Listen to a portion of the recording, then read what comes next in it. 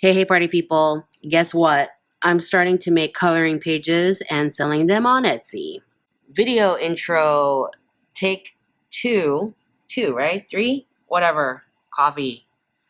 Honestly, I used to be a big fan of motorcycles. I have a motorcycle. I have a license. Ever since I started making YouTube videos, I hate motorcycles now because they roar past my loft at the worst times possible. So, whatever. If anyone wants to buy a motorcycle, call me.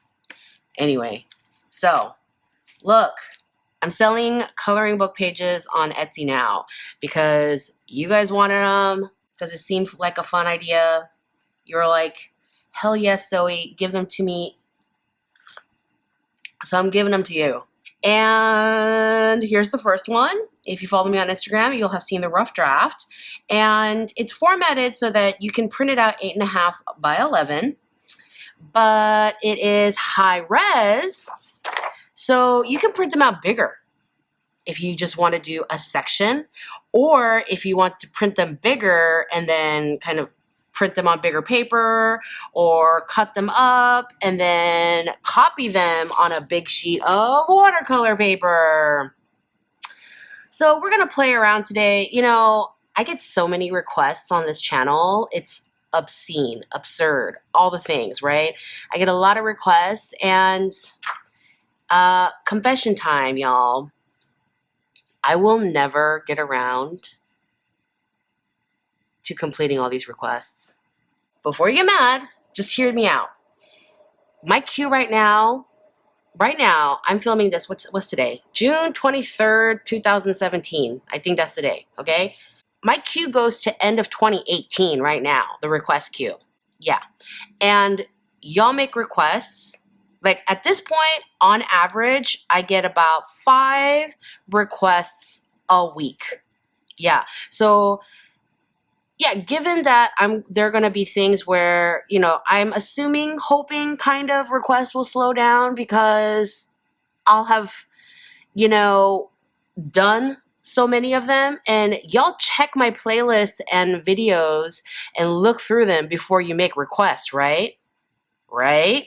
So, yeah, hopefully the requests will slow down, but yeah, I don't think I'll ever be done filling out requests. So, you know what? Sometimes I have to do 2 requests in one video.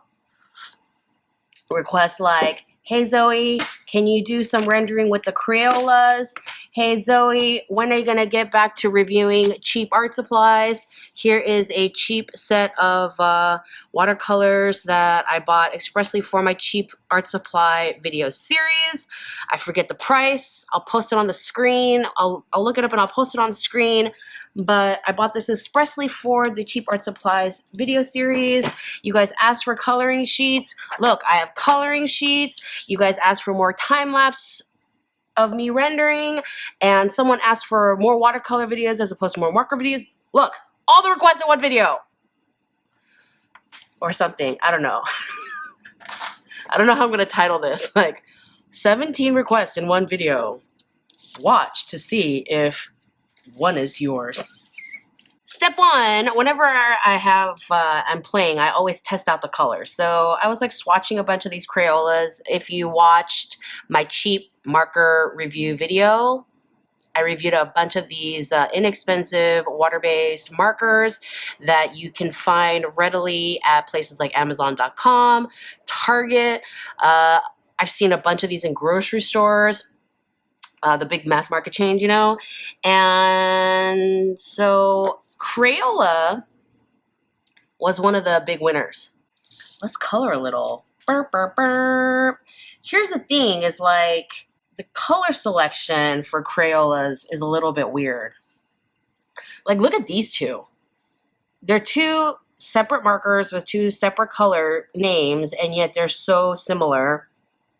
They're not even one value up so that I can use it as a shading tone. No, it's just, they are almost identical. But if you see here, they layer really nice. So you can double them up for your shadow color instead, which is what I think I'm going to do. I'm going to do that. I'ma do that. Do, do, do, do, do, do, do, do. These are the only neutrals that come in the whole thing. There are a couple of grays, okay, but I'm not gonna paint skin gray unless I'm doing something distinctly sci-fi. Sandy tan, copper, and brown. I don't know what that's all about, because that, I mean, that's only sandy tone for Barbie.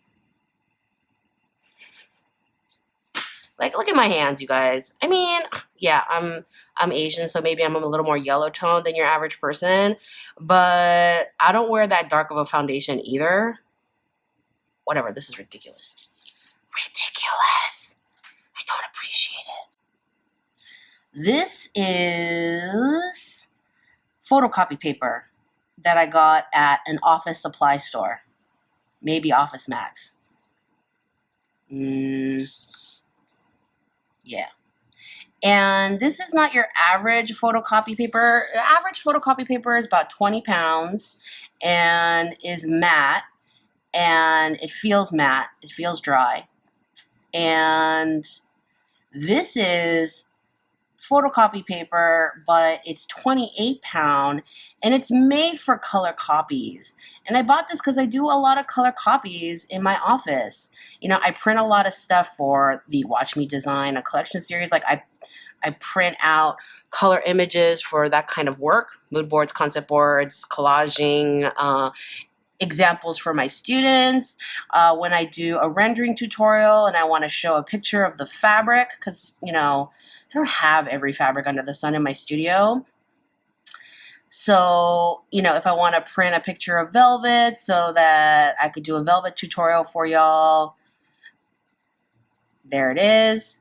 And so this paper is more expensive than your average photocopy paper, but it's still only, I mean, it's $18 for 500 sheets.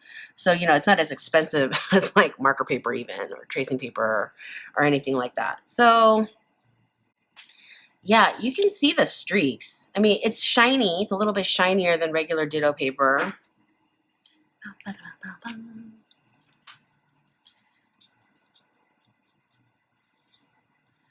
And, you know, as you know, if you have watched my hair series, always render in the direction of the hair.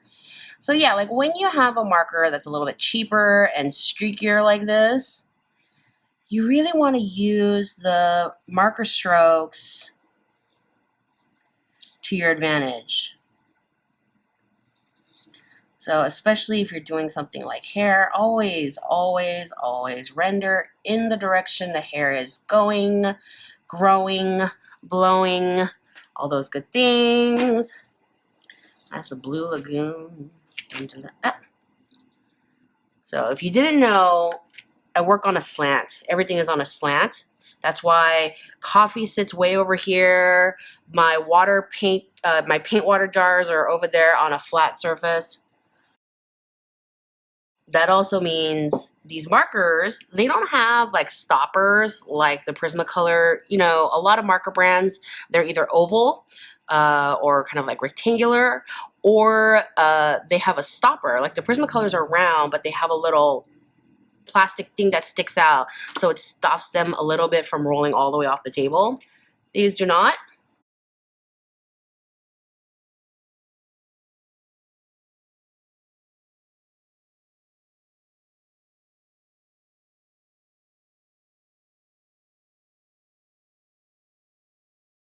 Okay. That's me attempting to blend some of these with the battery charged blues, the Blue Lagoon battery blue. They're kind of in that same family.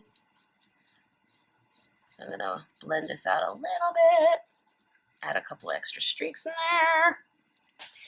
And if you're wondering why I left so much of it white or where the highlights, I have a whole hair series, okay? Please go watch it. It's a good time.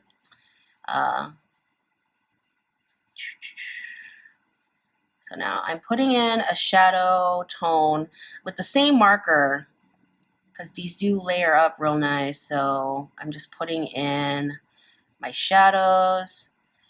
Man, I did not think about how awkward it was going to be to color around those ruffly straps when I drew this. I was not thinking about that. I'm like, let's draw lots of things so that my students have lots of things to color and lots of shapes to color, because I think some of the most popular coloring book styles have like really intricate patterns everywhere, like cool mosaics and, you know, those Buddhist mandalas that have all the patterns. And I was trying to do my version of that. Yes, I just compared my fashion illustration to a Buddhist mandala. Oh my god, I hope I'm not struck dead in a second. um, yeah, what was I doing?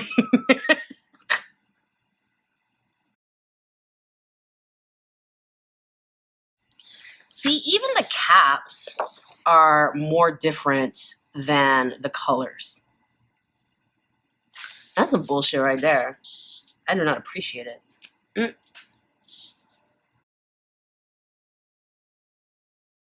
You may be thinking, Zoe, why don't you just shadow with black, that super, super dark color? Let me explain. I never shadow with black unless the item is actually black. Shadowing with black often looks really, really, really bad. It looks muddy, it looks fake, it looks awkward, everything. And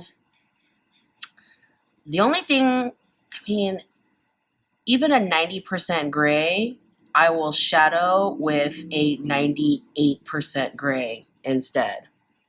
You're like, Zoe, what the hell's the difference? There's a difference. Trust me, there's a difference.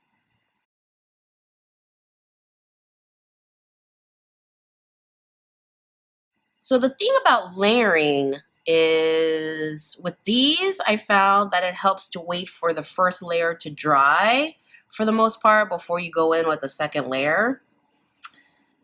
Colors change a little bit once markers dry, and that's true for both water and alcohol-based markers. And then you know where you're looking, where you're going, and you're less likely to make a big old mess. Inside of the drapes are always darker. And then behind the fold here, it gets a little bit dark. Messed up big time right there. Good job, Zoe. Good job. Where's my tropical violet? Tropical violet. Yeah, tropical violet. That is a great color to cap match. Not. Okay, that's why I make swatch cards.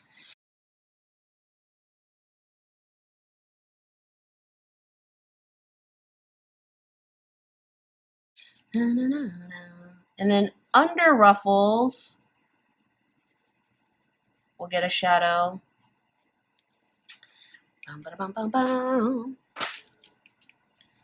And again with the wild orchid. You know, I do like these tips, the Crayola tips. They're very, very pointy and you can get a really fine point. And then the side is really broad so you can fill in large spaces.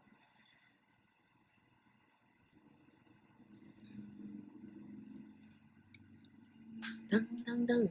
I have no idea what I'm doing with this design. I'm just playing with colors. All of these colors. I mean, that's the point, right? Like, if you buy one of these things, you can download the PDF and you can print it out as often as you want. So, have at it, boys and girls and non-gender conforming individuals. Do all the things. These are so bright. They're like neon. I mean,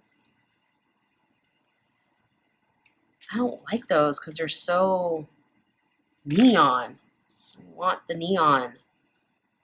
Whew. That color is pretty. It looks like rose Tyrian watercolor. Yeah. that's the coloring sheet. That's my big tip on rendering with Crayolas. Wait, that was several tips. Number one, always make a swatch card because the caps are like almost no indication of the color. Okay, those were good. But, you know, this tropical violet. Okay, the caps are no indication of the actual color, so make yourself a swatch card. All right, and you know, put in a layer of color and then let it dry, and then put in a second layer for the shadow, and that's how you're going to get the two tones because the Crayolas do layer fairly decently. Okay, they are streakier than your average alcohol-based marker, and so you want to kind of go in the direction of your hair, of your fabric, of whatever you're coloring to kind of work with the streaking until you can get better at getting the streaking under control. Let's move on to the watercolor. Dun, dun, dun, dun, dun. I mean, I could marker that whole thing, but you're not going to really learn anything new. All right, so see, I have never used these before in my life, as I am unpacking these right now. These are the Artist Loft watercolor pan set. 36 pieces, includes a natural hairbrush, wide spectrum of brilliant colors, dissolves easily. All right, so real quick, for the cheap artist supply shopping, what happened was I went on Amazon because I wanted to find things that were easily accessible. I didn't want to go, like, I love shopping local and going to your corner store, but my videos go everywhere, and I wanted to talk about products that many of you would be able to purchase. So I went on Amazon to look for these, and I looked for things that were already kind of highly rated. I mean, there are a few in here that I thought were good or I had heard they were good, but they weren't particularly well rated. And some things that are well rated, like I would look at the review pictures and be like, oh no, that's terrible. So there's a lot of that because I didn't want to buy the thing that cost, like, I mean, even if it is cheap, you should still have standards. It's pretty, right? And it's very flat. It's not the most portable, but considering it's 36 colors, it's not bad. Hello, dear. Please open. What's going on? Oh, I don't want to break you, but I will. I will break you to get to the paint. Oh, okay. Oh, RTFM. Oh my, there's like a whole thing in many languages. And there's a brush got, hey, I like this. Some things we suggest having before painting are drop cloth, flat surface. Yeah, about that flat surface. Palette, apron, paper towels, water, another cup of water, water for washing brushes, water for mixing paints. That's a good tip. I got my little jar and my big jar. And off screen, I have a giant jar. It's like a big old kimchi jar. And I keep it around and I dump gross paint water in it mid-painting. And then sketching pencil, synthetic or sable paintbrushes, and a color wheel. Oh my gosh, so many tips and stuff. That's nice. Okay. All right. We're not going to read these on camera. I mean, honestly. I mean, y'all, look at this brush. What am I supposed to do with that? So look, whenever I try a new medium, a new paint or a new marker or pencil, what I like to do is I like to keep the other variables the same so that I'm testing the one item. Okay. So I have the paints. I'm going to try this brush and try not to laugh so much the entire time I'm doing it. That's not working out. But I do have my regular brushes to use on hand.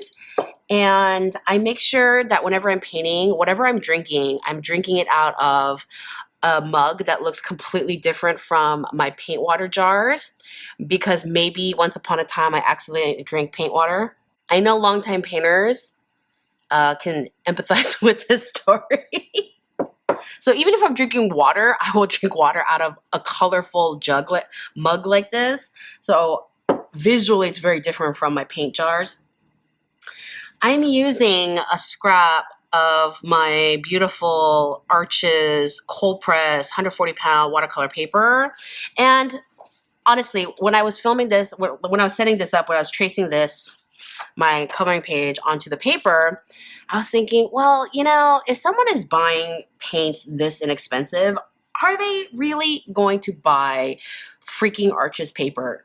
Zoe, let's be real. But, you know, the thing is like, it's for me, like, to test out if it works. So yeah, I'll probably test more on cheaper papers. Like, I'll be doing combo videos in the future where I'm combining cheap watercolor papers with cheap paints and seeing how all that works. But for now, let's try to keep all the other variables the same. You know, for science. I'm gonna start on a piece of scrap. This is also the Arches, and dude, okay, so I'm really upset because I drew this and I messed up on it, and so I wasted a sheet of really expensive paper. Ugh, don't get me started on how mad that makes me, but the only way I could salvage it is to use it thoroughly as testing scrap.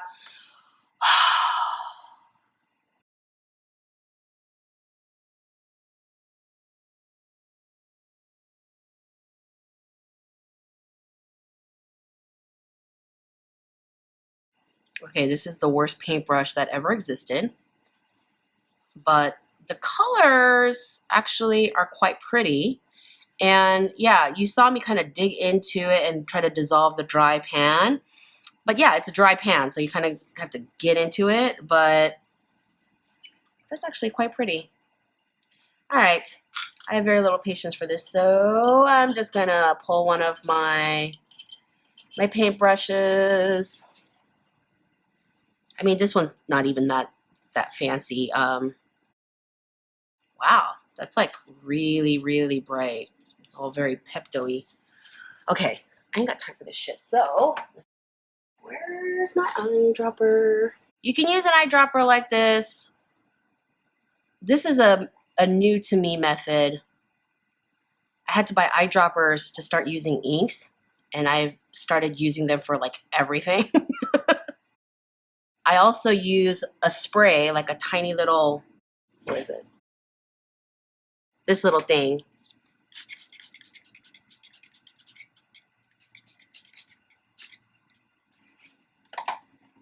And I reactivate my gouaches with it when my palette is dry. That's very pretty. That's very pretty. So yeah, actually these colors are pretty good. They're like pretty dense. Okay, I made that mistake by not cleaning my brush out enough. You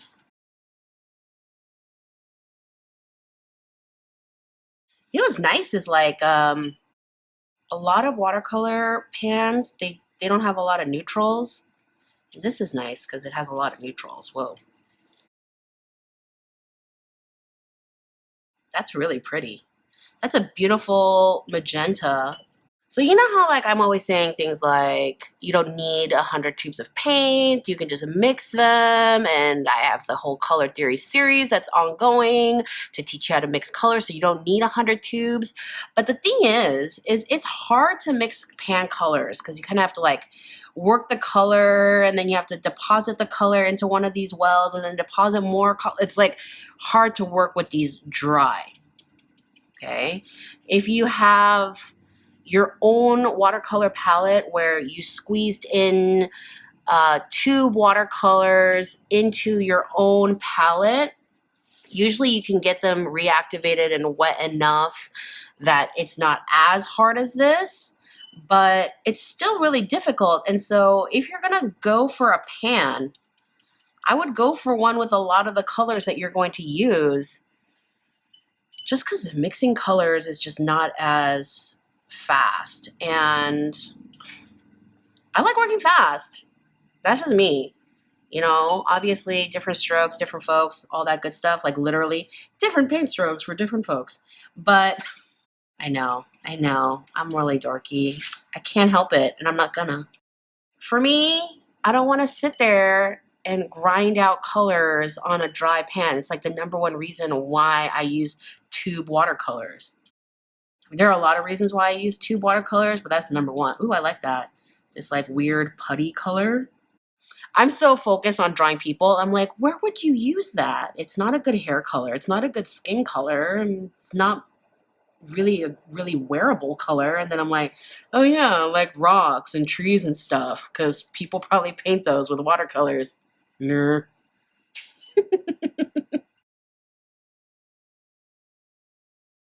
Okay, I'm pretty sure it's just my dirty paintbrush, not that that's the exact color. Ding, ding, ding. Ooh, look at that. It's so pretty.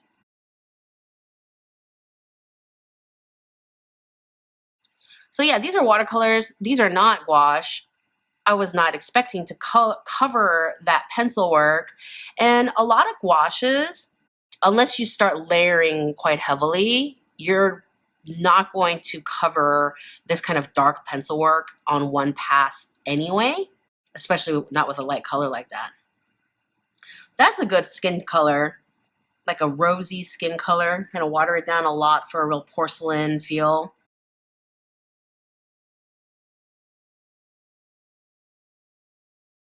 Ooh, that's pretty.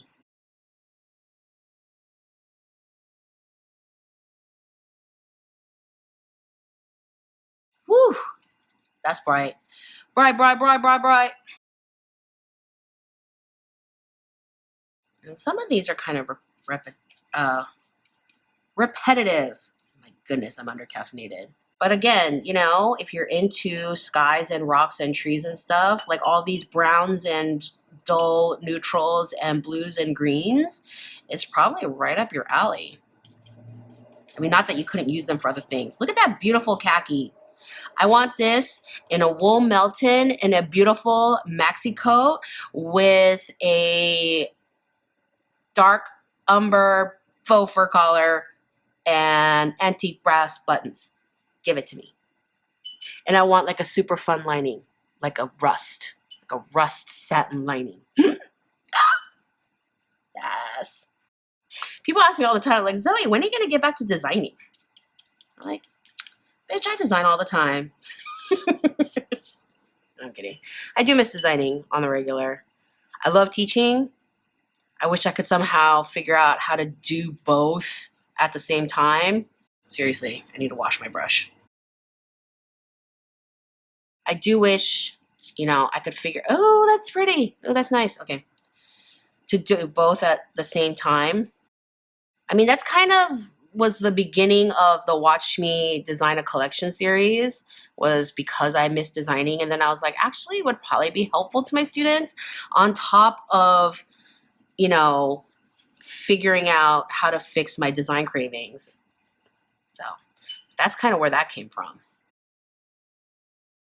I'm gonna be all sad if you guys like don't like it and stop responding to it, and then I'll be like, oh, I don't want to do it because my students are not learning, and so I'll just design on my own on the side, and won't be as fun. Like the fact that it is part of the YouTube channel kind of forces me to do it, because otherwise, if it's not something I need to do for kind of a thing, it just becomes a hobby that becomes less and less of a priority. You know what I mean? All right. So, you know, now that it's been sitting with the water and, you know, once you get it going, it's actually not that hard to get a really beautiful, vibrant color that looks true to the pan from these paints. And I like that. This could be a very fun set.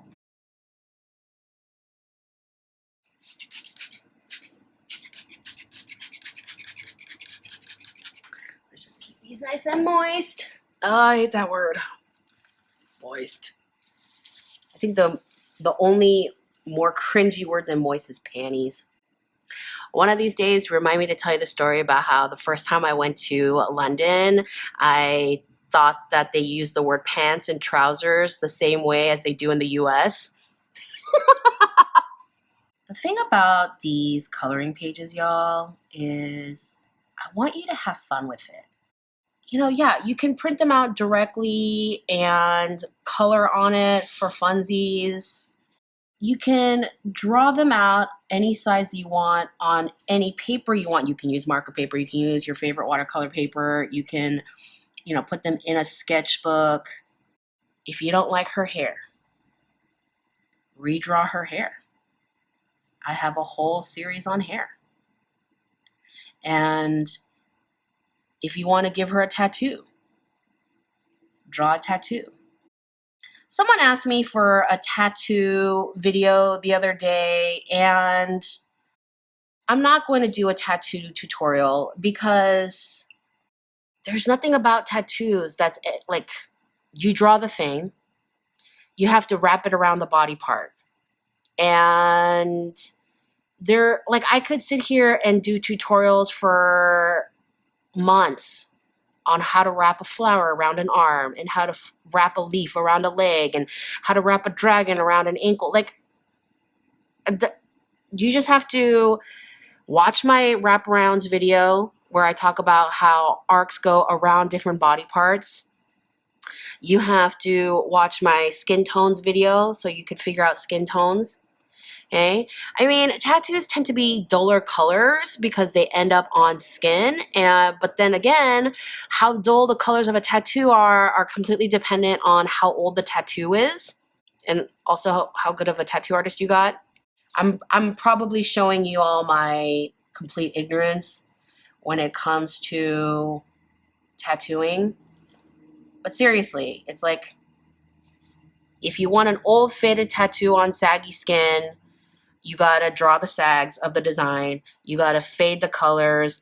If anything, I would do like a sheer wash of skin tone on top of the tattoo so it looks appropriately faded but kind of blended in with your skin. Okay? All those kinds of things, right? Typically, most tattoos are not black. They are this like super dark Payne's gray indigo color. Yeah, there's so many variables, but at the same time, it's like you have to think about your individual tattoo. And, you know, I say this all the time, but this is the number one thing. If you cannot figure out how to draw something, go look at a picture of it. That's the number one best way. These are pretty, but that red dried kind of dull, don't you think? Do I need to punch it up some more? Because, you know, you saw how bright it was when I first laid down the color, and then it dries kind of dull. And depending on what you prefer, you just got to keep that in mind, you know? I mean, every paint, absolutely every paint is going to look a little bit different when it's dry than it does wet. So you just have to prepare yourself and kind of get used to what color you end up getting. And when I paint with watercolor, it's always one section at a time. You know, don't try to do all the skin in one go. Just paint one section at a time and get that nice and smoothed out and even as possible. And don't let there be like a water drop full of paint settling in one section because it'll dry really dark. If you're going to do that, make sure that you're doing it on purpose. Like I would drop something on the inside of the ear because I know that's going to be really dark, right? Nice Caucasian skin tone. This is not that far off from my own skin tone. My hands are browner than the rest of my face and everything because it gets exposed to the sun the most. I mean, I try to remember to wear sunscreen when I drive, but hashtag absent-minded professor. We know this. We all know this about me. So let's push that color, make sure everything is nice and even. I should probably be using a larger brush right now. Don't ever lay a dropper full of water on your table, okay? Squeeze it out into your jar before you put it down, because unless you want to accidentally tap it and squirt water all over your table. You're like, Zoe, that sounds like you're speaking from experience. Look, y'all, okay? I'm just trying to be helpful.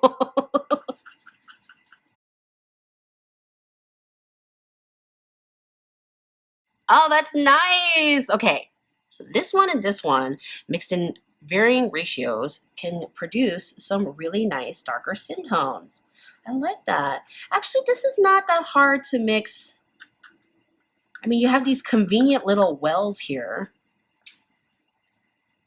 And I mean, that's just nice packaging and convenient. And yeah. Okay, I might be starting to like this one. Okay, I'm just gonna turn this around because all of this is still wet.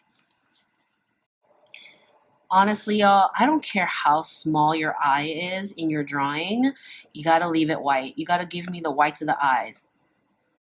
Because, I mean, even something like that, or even something like that, if you don't give me a tiny bit of the white of the eye, they will look jaundiced. They will look ill.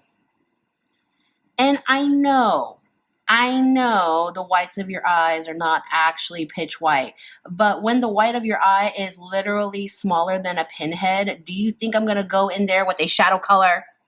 No. Okay. Photorealistic, drawings and renderings where the head is, this big or bigger. Yeah, I will get in there and try to manipulate more shadows and stuff. But for us, where our heads are this big, just give me the whites of the eye and that will be good enough. Yeah, I'm the type that keeps a paper towel through like 17 different paintings until, I'll let this dry and use it again. Save a tree, y'all. So usually what I do with shading colors is I just go in with a more opaque watercolor to do the shadows. And so I'm gonna try that for this one. And it's getting a little bit streaky while I'm still trying to learn how to use this paint. But let's try it anyway. I prefer models facing the light, like in a profile view, unless I'm trying to go for something deliberately dramatic. Like if you have a bunch of profile views in one go, it can't be helped. They're going every which way, so some of them will be facing away from the light. But given the choice, something like this where I have a back view, front view, and a side view, which, that was deliberate, I will try to get the profile shot facing the light because I think it makes for a prettier shadow shapes. Back of the neck. Let's drop that right under the clavicle. Little hollow right there, your suprasternal notch will get a little bit of a shadow. This is working out really well because, my thing is on a slant, and so the water is pooling on one side, and so if I want a sheerer color, then I dip from here, and if I want a more opaque color, I dip from the top. Hey, I'm a genius. Like, Zoe, that was a happy accident.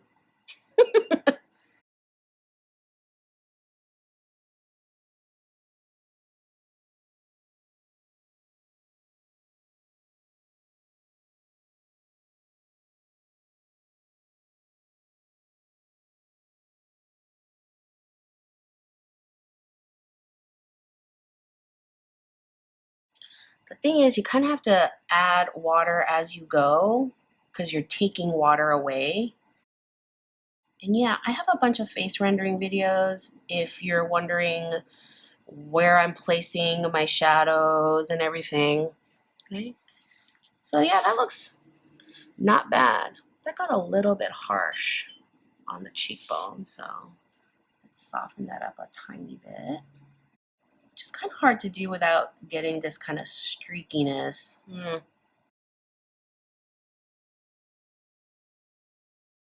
Okay, I'm gonna start doing these leaves, so I'm gonna wet my greens.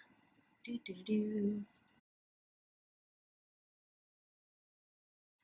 Don't ask me what flowers I'm painting. I don't know anything about flowers. Like, I really don't know anything about flowers. I've killed almost every plant I've ever owned. I have a cactus that I've kept alive for about a year and a half now. His name is Felix, and I'm very proud of it. And I killed the last cactus I owned. I drowned it. I've killed the mint plants. Like, Zoe, those are technically weeds. How do you kill weeds without a weed killer? Like, because I'm just that special. All right, guys? I'm just that good at killing plants on accident. I think that's why I'm so conscientious of my paper usage for someone who, uses so much paper on the regular. Because I'm like, I have already killed so many of your brethren on accident. Don't ask me if I have an ulterior motive for this painting. I just kind of went into it. I thought that these were supposed to be relaxing. Like, you weren't supposed to think about it.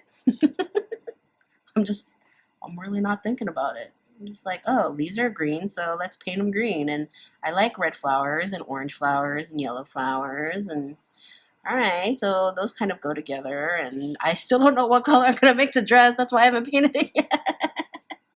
Are we having fun yet? All right, what do I want to do with her hair?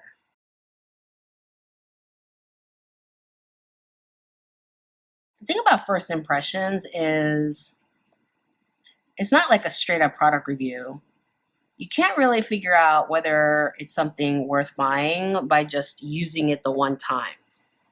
But it's nice because you get an idea for whether it's even worth exploring, and then you can kind of keep it in the keep pile. I have a lot of stuff that's organized into what the hell is this shit? I gotta get rid of it somehow. Pile. It's like, do I want to do a giveaway? But this stuff is so terrible. Like, who would want it? Why would I give this to other people? It's not like, there are some things where it's like, oh, I didn't like it, but someone else might. Like, I know that happens a lot for makeup because people have different skin types and people have different shades that work on their skin and, things like that. But with paint, I almost feel like there is some wiggle room, but for the most part, it's either like really shitty. And why would you want to? I wouldn't want to do that to my students. Why do you think I do product reviews to begin with? So my students can have some background knowledge before they spend their money on stuff in the store, I'm gonna tell you right now, I am having a lot of fun with these paints.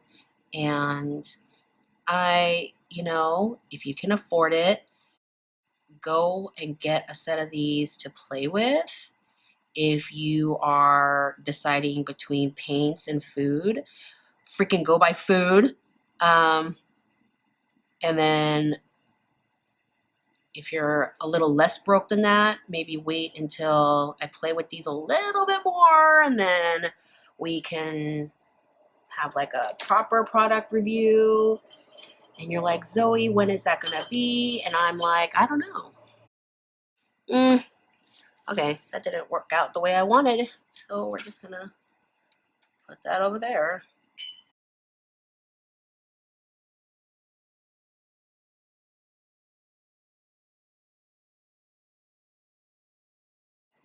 No sperm brows, y'all.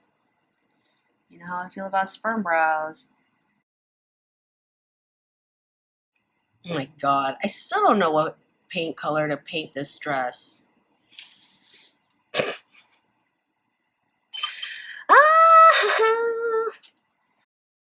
So we're just gonna stick with warm colors.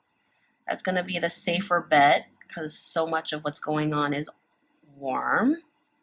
And with watercolors, the reason I'm skipping around all over the place is the water wants to go everywhere. And so even if you leave a tiny gap, it's very dangerous. And so I like to put wet paint next to dry paint so that I can keep the divisions kind of clean. And so that's why I did the skin, waited for it to dry, and then I did the hair, and then now I'm moving on to the dress, which is far away from the hair. And, you know, I did the skin while I was waiting for this other thing to dry. And so that's kind of my workflow, is I bounce around while I wait for things to dry. I don't wait for things to dry. That's a waste of time. When I could be doing a million other things. So I bounce around and I work on different things. And if I was doing this, like I had already decided before I started this video, I wasn't going to be painting this figure. But if I were doing this figure, I would do this first. And I would take a sheet of scrap paper and I would put my arm down and then I would paint her. And then I would lift her up and then paint this one. And if I ever put my paper down on here, I would make sure that everything here was dry 100%. And so you like bounce around on one figure, let that dry 317% before you lay down paper to work on over here. Because you don't want to smear this pencil while you're painting. I mean, I don't know, maybe that's a look you like. I don't like that look at all. This is part of her dress. This is all part of her dress. That's the yellow in here. Whoa, that's a little too orange. Whoop. Careful. Let's kind of mix these two together. That's still too orange.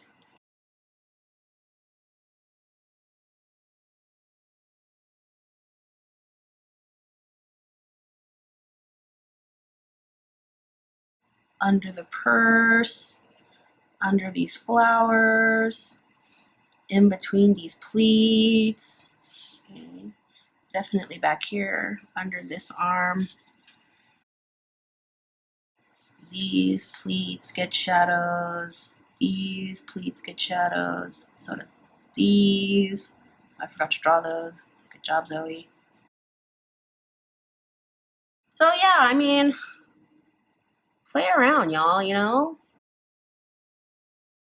But I would say these are really nice for the price bracket. I'm having a lot of fun with these. The color payout is really nice. You have a lot of colors to choose from. I don't know how it's gonna work on cheaper papers, but on the arches, it works pretty great. Yeah, I can definitely see a difference between these and professional grade watercolors and gouaches.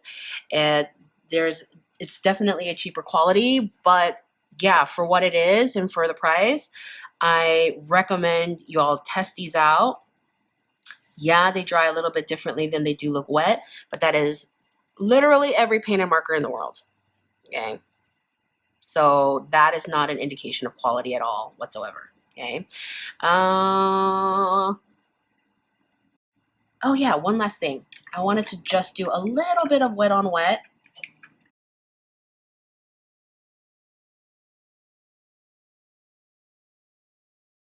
So yeah, my paint water is kind of dirty. It's been a long video shoot, all right? So this is not me trying to paint, this is me trying to lay down water. But I guess this is like a good review for wet on wet. It's like wet things on top of other wet things. All right, so we have the water only where I want paint to be, because paint will go anywhere where there's water. I've scooped up a bunch of this hot pink because everyone knows how much I love hot pink. So let's see if I can get some. I mean, the thing with this paper though is it like soaks up water really fast, which is really nice until you want it to kind of sit on the paper. The good news is you can get some really vibrant tones from this paint.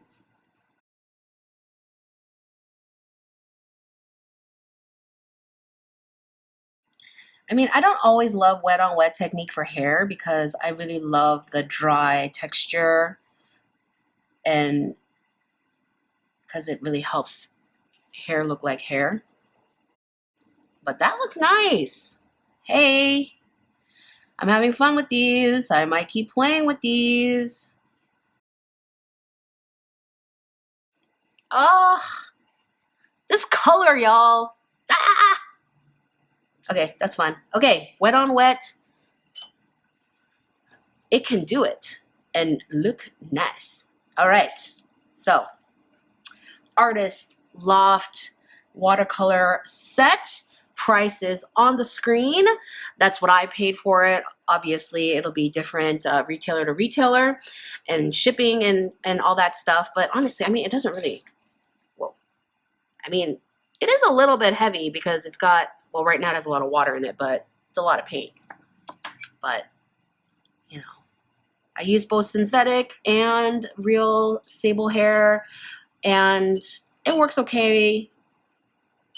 You know, the big difference in synthetic versus authentic hair brushes is how much water you can pick up in one go. So as long as you have that understanding as you're painting, you know, you should be fine. But yeah, I've enjoyed this. I think the next I'm gonna finish doing this the next time I want to have like a little relaxing paint session. So go hit the Etsy store. I haven't decided how much I'm going to charge for these yet, but